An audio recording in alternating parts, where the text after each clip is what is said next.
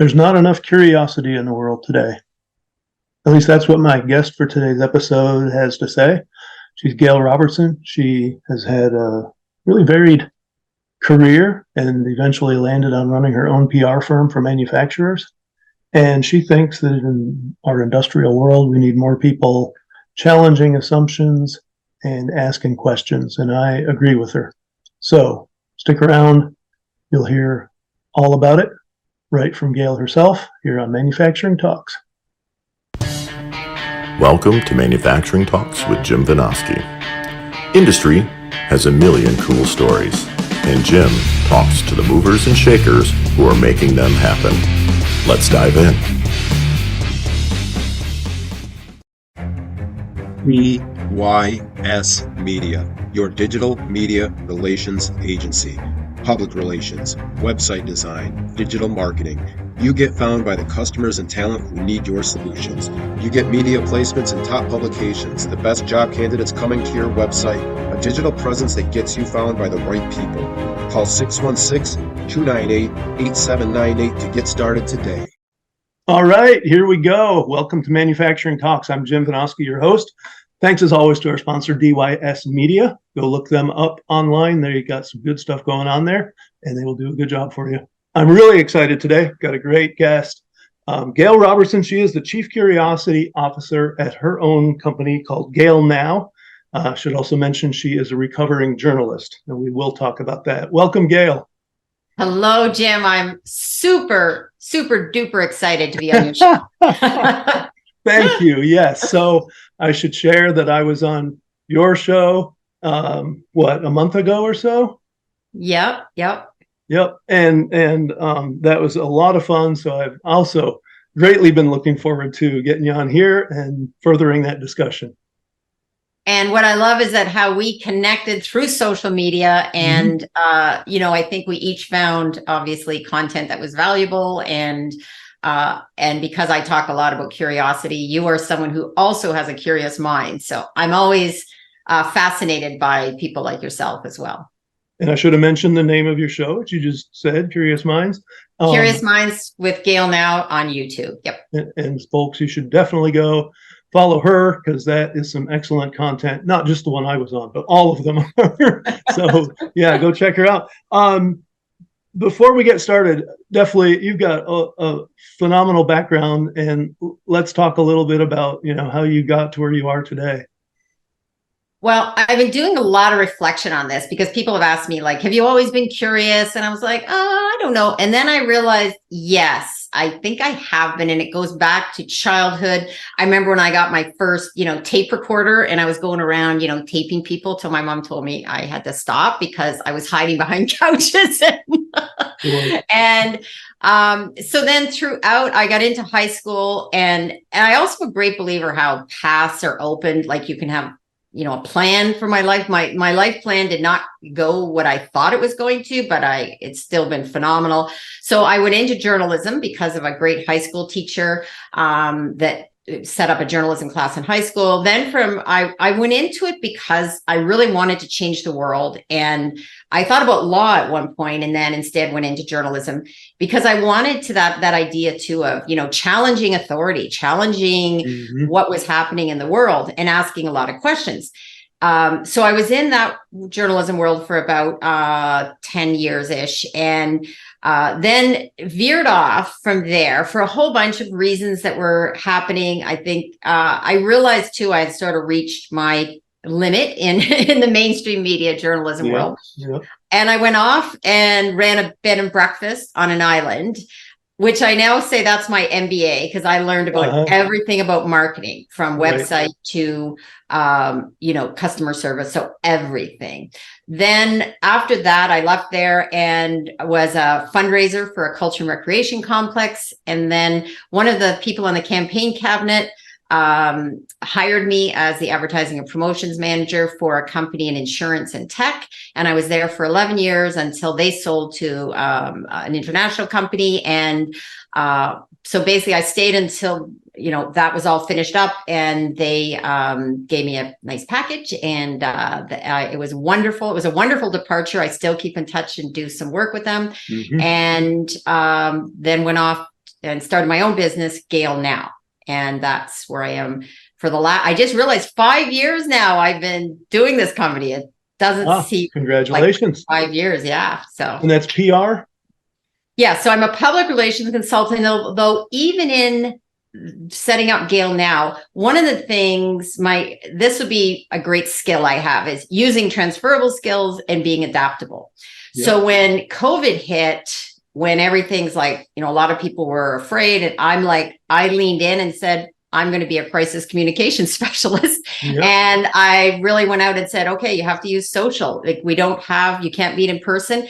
And luckily I had already been getting familiar with Zoom and doing a lot of online and social media. Mm-hmm. I was very active. So, that's one of the things about public relations that I'm doing now is it is about having that ability to be adaptable and look for opportunities and, look for ways that you can embrace those opportunities. Yep. Yep.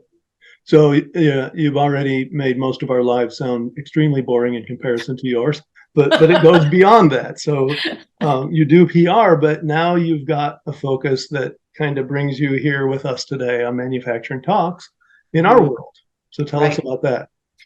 Well, as I just mentioned, as with many things in my life path, often, when opportunity knocks, I'm that person that's like, okay, I'm going to open that door and see where this goes, right? Mm-hmm. So I didn't really have a plan for manufacturing, just like I hadn't planned to go into insurance. And yet I found insurance fascinating. People think that's crazy, but it really was an interesting world when you understood why we have insurance. And I learned a great deal, especially about travel insurance. But then when I get into manufacturing, everything I've done in my life and my career has to do with relationships, building relationships. And that's where curiosity comes in, because I'm that person that will talk to the person in the line at the store. I'm the person that when I travel, even on my own at times. And so I've met amazing people. And what that does is I never look at meeting people as like, oh, what can they do for me? Instead, I look at it as, oh, they have stories to tell. I want to hear about their stories and their life. Yep. Then what happens is then the door gets open to go into another job or another life path. So now, because I went around in a circle on that, I kind of lost track of the question, Jim. The whole manufacturing connection. Oh, manufacturing. Yes. Yep. Thank you. Going to be back on track. So with manufacturing, that had to do with a relationship. Again, someone had connected me and said, well, I had started to look at a job in manufacturing because of someone that had recommended me, and that didn't pan out. But when I was having lunch with someone, they said, oh, are you interested in manufacturing? I'm like, well, I don't know. I could be. And so then she said, you have to meet Brian Bendig of Cavalier Tools. So there was an email connection.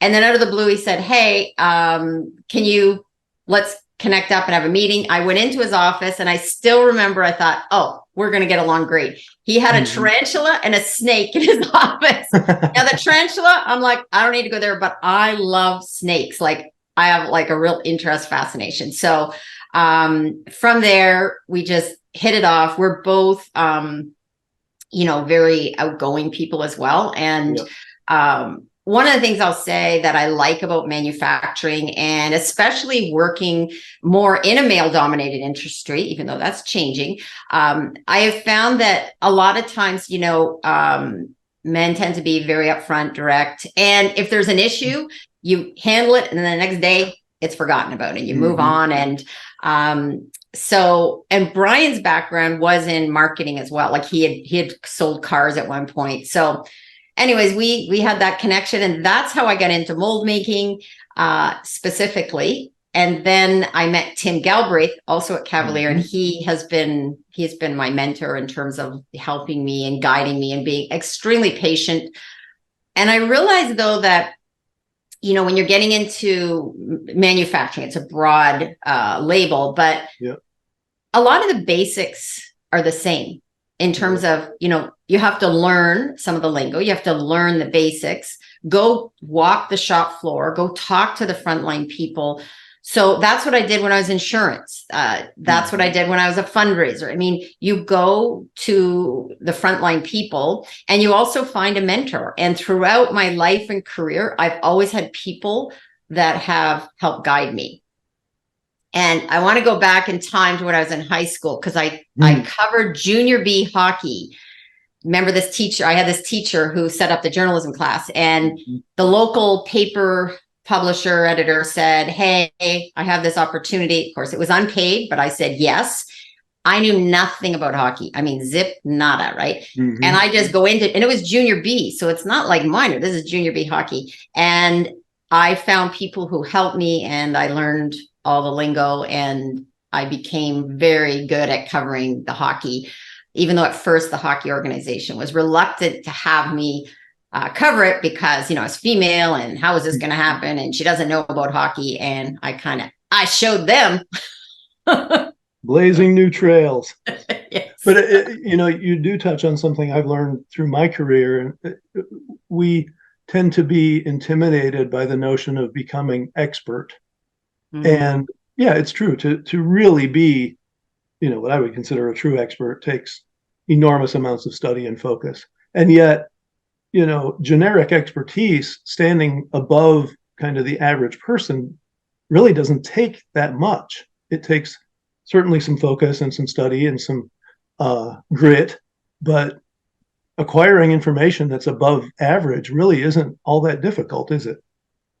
No, and this is where, as that, journalist background comes in, because what I learned right from those early days in covering hockey is that I don't have to know everything. I just have to know the people to go to. So same thing was in insurance, and same thing when I got into mold making. I mean, I went to people who know, like Tim Galbraith is definitely so knowledgeable.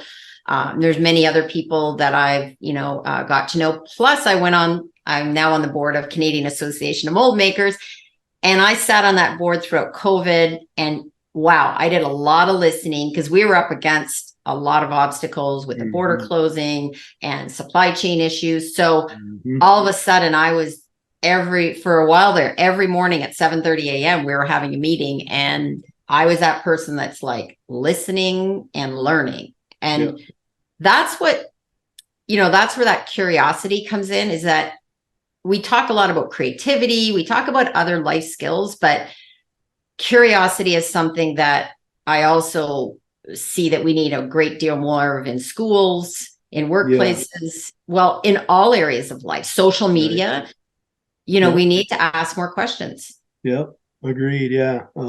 That's what made it so much fun to talk to you on your show when I appeared. And, I was just on LinkedIn today looking at some of the kind of hot topics. I've been away for the last week plus, almost completely disconnected, and things move fast, and yet ran into exactly what you're talking about, with people just parroting a narrative, not asking questions, not challenging assertions, just taking things at face value. That doesn't take much reading on some of these things to say that's not right. It doesn't pass the smell test. And cherry picking. This is the biggest problem I see on a lot of social media and a lot of conversations, is that people will take one clip.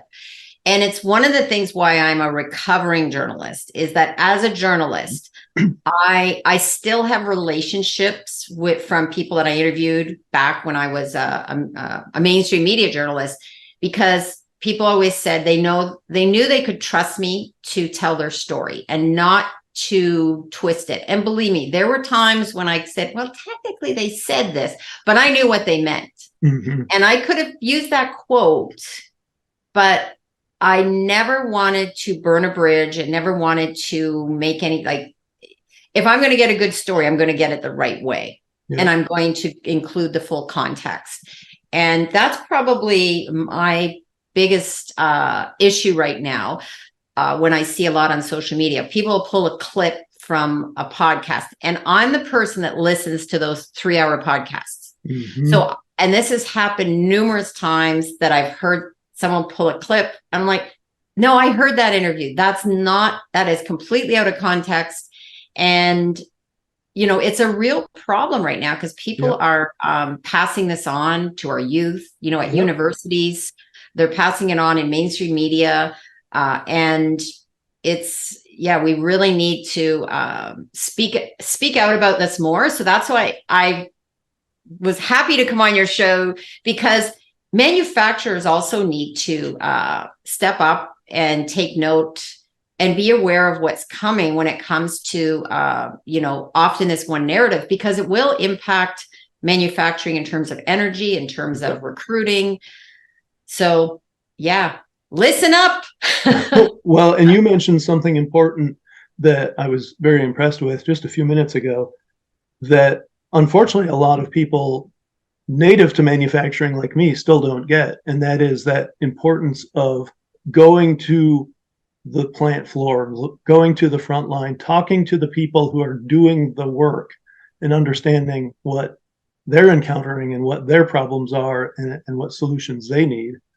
And it's unfortunate. I think what we're seeing, what we talked about just now broadly, as far as the lack of curiosity, we see that in a lot of manufacturing leadership. And I've been railing on this. I mean, one of the points I make repeatedly is, if you're in manufacturing leadership today and you're not actively working to help the Western world change course on energy, you're failing at one of your prime duties, because it's going to be a crisis very soon. Yes, that was and one. Yet, it's just even saying that, swimming against the tide. Yeah, Jim. And that was one thing that stood out in my interview with you, as well as I interviewed Melissa Mabarki, who is an Indigenous woman working in oil and gas. And what both of you brought up that I think is really important is that, it's not about saying, oh, forget about the environment and we don't care about, what's going to happen. You care, but we have to look at it in terms of stepping back, looking at the big picture of how it's going to impact the environment, how it's going to impact economy, which includes manufacturing and supply chain, and how it's going to impact, the Indigenous community, as well as the most vulnerable and often people at the lowest income.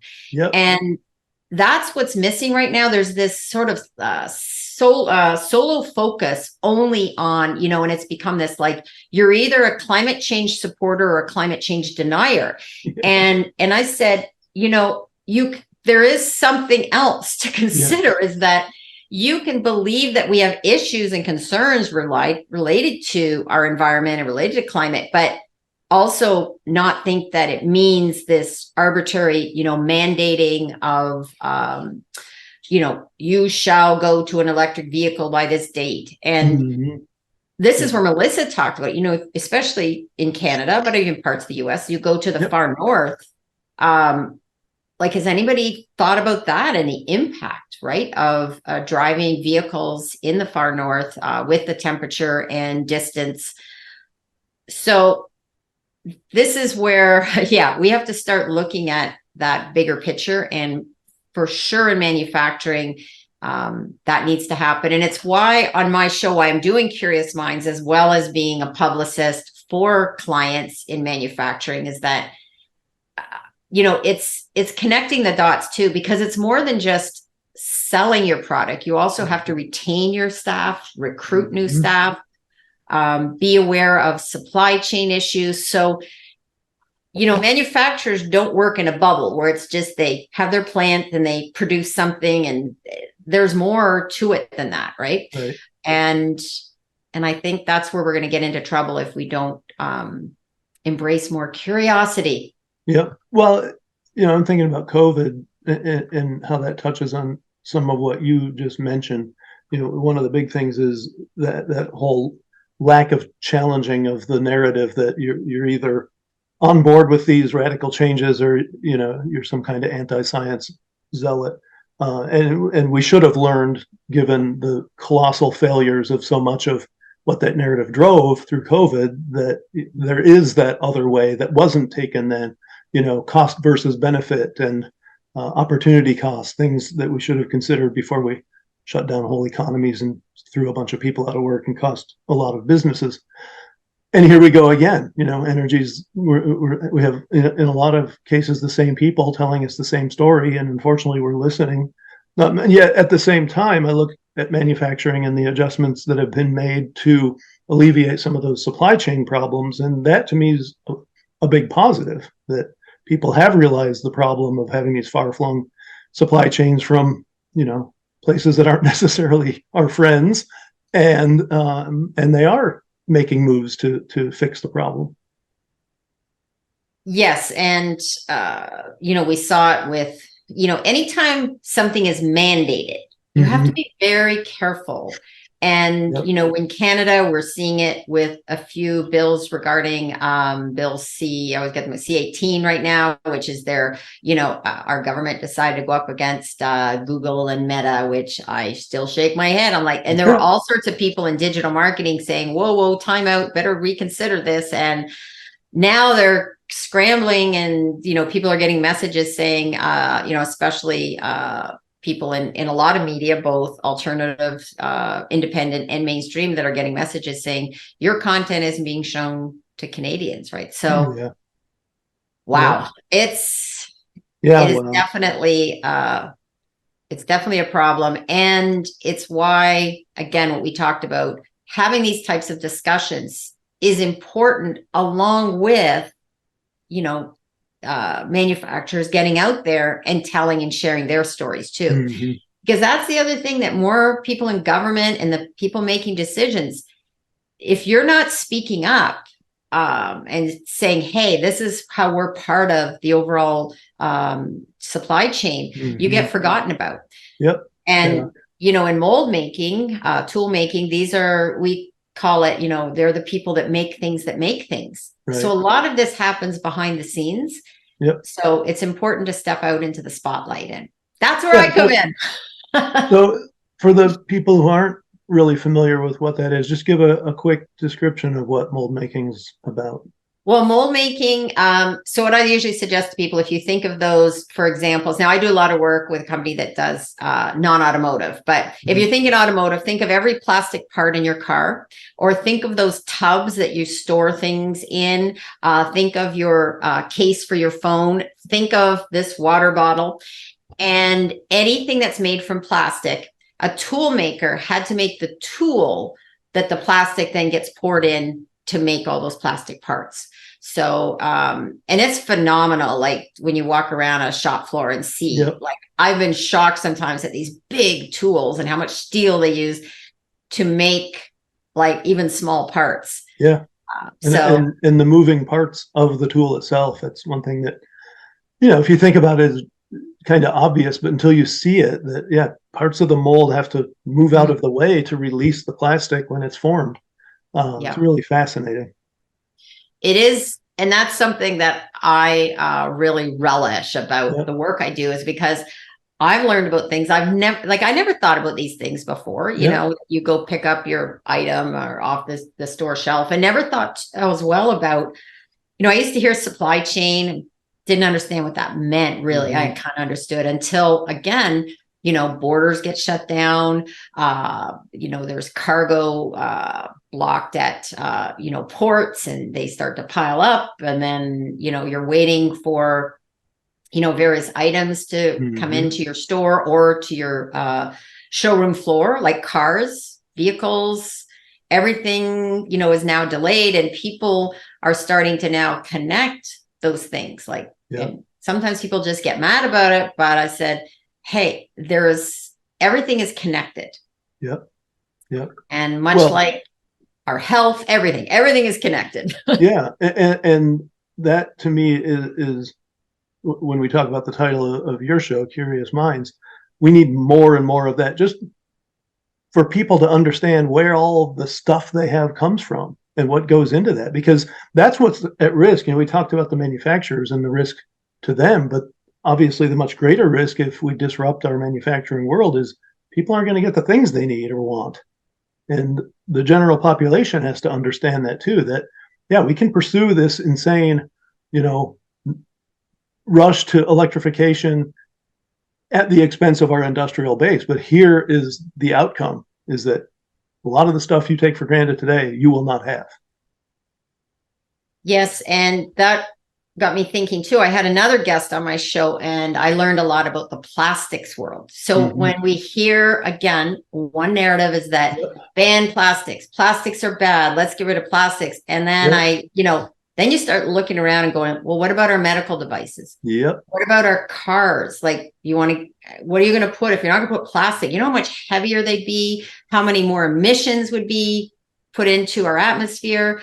And, just try to go a day without any plastic. And it's, even if you said, okay, I'm going to use my cloth bag, which also does more harm, or I'm going to use like the paper bag has got to be the worst thing I've ever seen. When I go into a store, I will say, no, I don't want that damn paper bag because it's useless to me when I get home. Yeah. And so I learned a lot interviewing Christy Armit. He's like this one-man mission almost too. You'll see him on LinkedIn often commenting. I give him full kudos for being that brave soul. He's out there providing stats and data.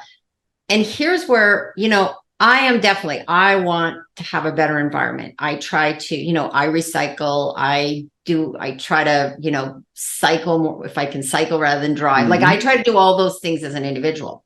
Having said that, we have to look at what makes sense and what is going to work. And this is where Chris has done the research to show, what are the emissions when you use paper bags or paper straws over plastic bags? And it's actually more harm to the environment. Yep, that's right. And so, and people don't even understand some of what they rely on plastic for. Most people have no idea that most of what they wear is plastic. The carpet they're walking on is plastic.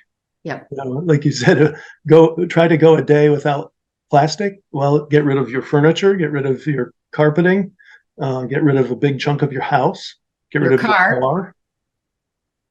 I'd get rid of my bicycle. It's plastic. It's carbon fiber. Yeah. It's carbon reinforced plastic. So it's and you said it right. It's the narrative, and people, just absorb that and never put that thought into it. So curious minds, people, curious minds.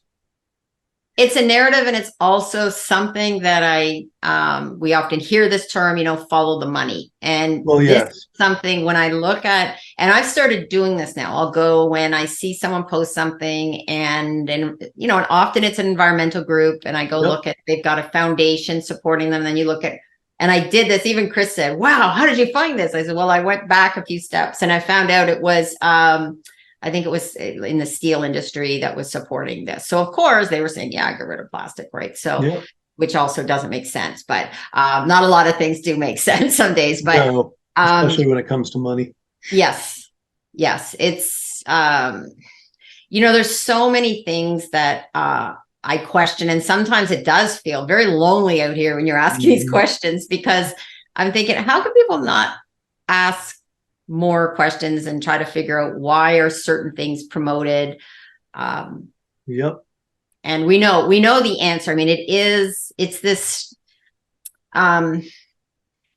strange correlation, right? Between things like people want to make money, which is not a bad thing. Like I always said, making money is a bad thing. I think where it gets out of line is when there's, when that's the only focus is making money, as opposed to stepping back and saying, let's look at what's best overall for everyone and not only one segment of the society. And, this whole, the environmental issue is really boggles my mind, like in terms of, I get it, but it does seem it seems so short-sighted. And another good example of that's mining. We in the Western world have essentially decided we're not going to mine anymore. And so we're pushing our mines overseas to places without any regulations. The environmental harm is worse. If you're going to mine here, you got to adhere to our regulations and do it, fairly sustainably. Over there, I mean, you've heard the horror stories of the mines in Africa. That's another one where it boggles my mind. You're not going to allow people to mine here. What do you think is going to happen? Stuff is going to get mined. Oh, yeah. is just going to get mined in a much dirtier and more dangerous way. There was a really good podcast on Joe Rogan about where he interviewed someone who went over, I forget which country in Africa, but did this whole in-depth study and was able to make his way into the mines. And even though the companies were saying, oh, no, we're using machines, we're not using children. And what he described, I mean, when I was listening to the podcast, I actually started to feel nauseous. I was like, I can't believe this is what is happening. And, but we don't, that old saying, out of sight, out of mind, right? When it's not right in our face, it's, right. Yeah. So what else in your manufacturing world? You've talked about mold making, but I know you go beyond that as well. Are there other big topics you see that people should be thinking about? Well, I definitely have an interest also in automation, and that is a sister organization to our mold making group. And that's something that is, there's so much more than robotics too, because now we're talking about AI, we're talking about, other aspects of how do we automate things and what does that mean? So that's an area that I'm doing more research into and trying to get an understanding. I did go to the Automate show when it was in Detroit, which was like, wow, that was mind blowing how big it was and how many people were there. And there was almost no coverage in the local in any media about that other than some trade publications. So that's another thing that what I'm working with clients on is trying to get them to understand the value of public relations. So for a while, I was doing more work in marketing and, using that term, but I found a lot of manufacturing that was like, it's almost like it just seems too big. So public relations is all about, again, going public and developing relationships. And that's what I find more people in manufacturing really seem to understand. And it's, it is about telling and sharing their stories. So that's again where I've come in, and I'm the person usually that will, come up with some of those ideas that seem like, oh, I don't know if we could do that. And it usually pushes them outside their comfort zone. We did one show, a client was going over to Germany. They were the only Canadian client or Canadian exhibitor. So I suggested doing this whole hockey theme and having, hockey floor, having, rink boards in the exhibit, and everybody wears hockey jerseys. And the one person said like, oh, I don't know about that. I don't know. Like that just seemed like we're not going to have any like parts on the floor. And I'm like, nope, we're going to go we're going to focus on Canadian and give Canadian beer. All right. Well, they did it and they got so much media attention. They were one of only 3 companies at the start of the show to be chosen, when they go around and they interview a couple. So here's this small Canadian company all of a sudden, getting noticed. So I would say the people I work with, not everybody will like my style, but that's okay. Because I always say not everybody likes chocolate. That's right. It is, I really, like working with people who want to step a bit, outside that comfort zone. And, I understand before I'm going to recommend something, I would say I read the room, read the audience, and I read my client. And you have to make sure all 3 connect, because I have sometimes great ideas, right? But I'm like, no, that wouldn't work. It's a great idea for me, but not for a client. So that's, I think, an area that I'm hoping more manufacturers will embrace. And also what I do is, I'll come in and look at the PR side of things, but I also I help them find other people to help what they need to do. I don't try to do everything. So someone like yourself, if someone's looking to have, a well-written article with someone who understands, more of that specific manufacturing details, you'd be someone I would recommend, because I know you have, your background with Forbes, you've interviewed so many people. So you're that, person who could provide some writing for them for a blog or for a white paper. And while I can do some things, I know where my limit is. And that's when I know when to go and reach out to someone. I don't try to take everything on. No, and that's a great point. You shouldn't, right? No. There's plenty out there, and collaborating with experts who bring more to the table on those particular aspects is beneficial to your client and eventually to you as well.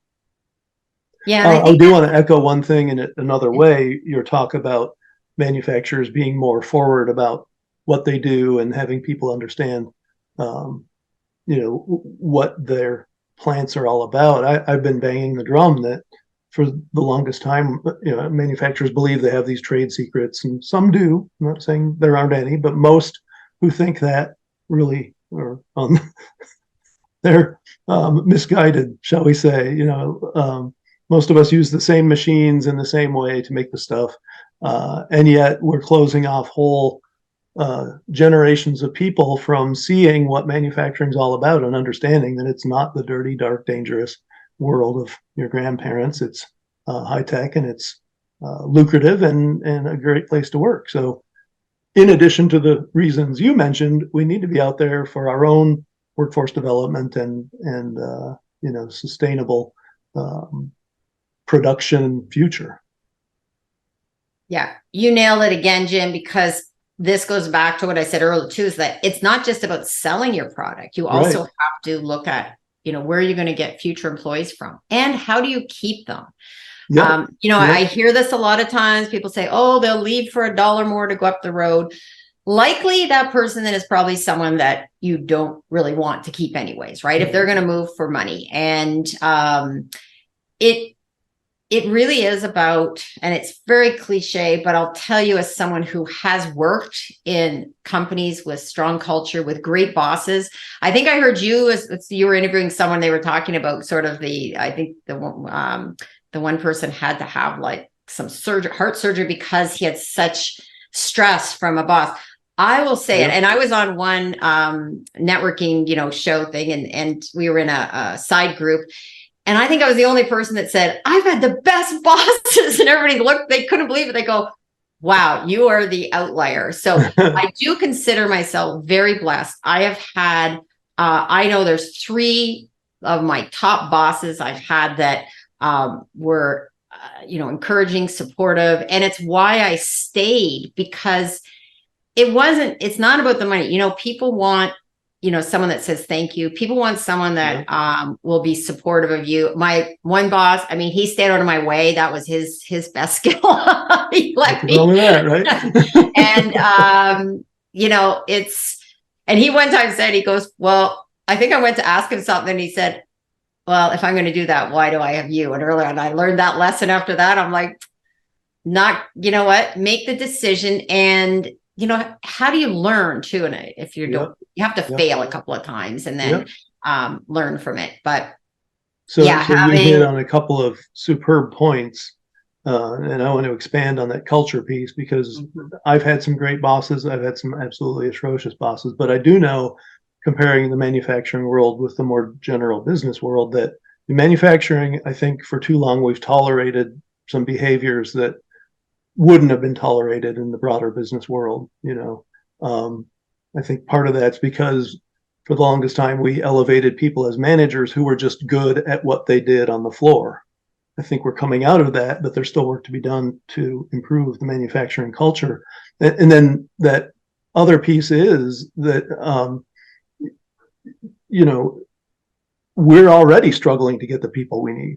And so, being more mindful of what different segments of the population need to succeed is crucial. So getting a little more outward focused and I think curious about what it takes to get the workforce today, not just the skills, but just the people and the different demographics that it's going to take to staff the plants of the future.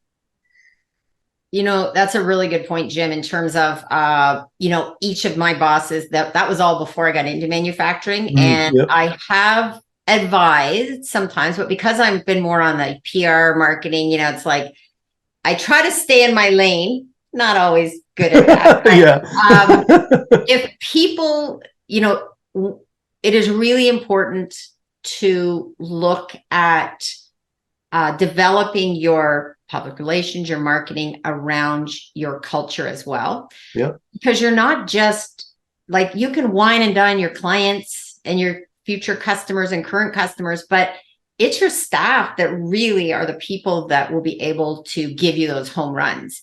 Yep. And a lot of things are simple. I can't tell you how important it is. Things like a pizza lunch, things like bringing in coffee, things like, very simple things. And I know some people roll their eyes about that, but I said, it does make a difference. Now, that's not all you need to do. You also need to make sure, if you've said that you want to, elevate people, then you have to move them maybe. Someone who wants to move from the shop floor into a different job, maybe as a mold maker to a mold designer, what can you do to help with that? So all of those things do make a difference. And I have advised, or I've asked questions, even about people that, sometimes I found with some leaders is they're looking for people that think like they do. And it took me a while as a manager, because I managed a team for 11 years. It took me a few years to grasp this. If I heard someone in administrative work, they may be a 9-to-5er, and by 5:01, they're out the door. They're gone, right? Yep. If I'm hiring someone that is, I can't have everybody wanting to come in and climb the ladder too. I need to have people that will settle into roles and be happy with that, because if not, you're constantly looking at churn. Yep. So that's another thing, is to be aware of that. Not everybody is going to think like some of us high achievers, right? And it's a hard habit to break. I do it even with my son. I have a son, like how I think, like, okay, he's getting ready to go on a month-long trip, and he hasn't even started packing yet. And I asked him about, well, do you have like your kit for your, your travel shampoo and conditioner? And he goes, no. He was just going to take a backpack and throw some things in. I'm like, at the last minute. Yep. So, yeah. Good point. Well, unfortunately, we are about out of time, and this flew by as quickly as I expected it would. So thank you. Any final words to share with our audience here? Well, I'll just do something, because I have this sign behind me, so I'm going to move out of the way and show it. So this is part of my brand, which is sign up, suit up, and show up. And what I say is, let's get curious, because I wanted to show that, because some people may say, what does that say? And why is that behind there? So, and that mirror, that's a magnifying glass that when I take this to events, I can take their photos. But my 3-step process is sign up, suit up, and show up. And I just encourage everyone to make sure they do show up. Wonderful. Gail, thanks for being here. Thank you, Jim. A lot of fun. And of course, thanks to you, our audience. Keep tuning in. We've got shows every Tuesday now, so lots of opportunity. I can't promise they're all going to be as much fun as Gail made this one, but they will be fun. Thanks again. Thanks for tuning in to Manufacturing Talks with Jim Vinoski. Watch for new episodes dropping every Tuesday. Don't forget to like, share, comment, and subscribe.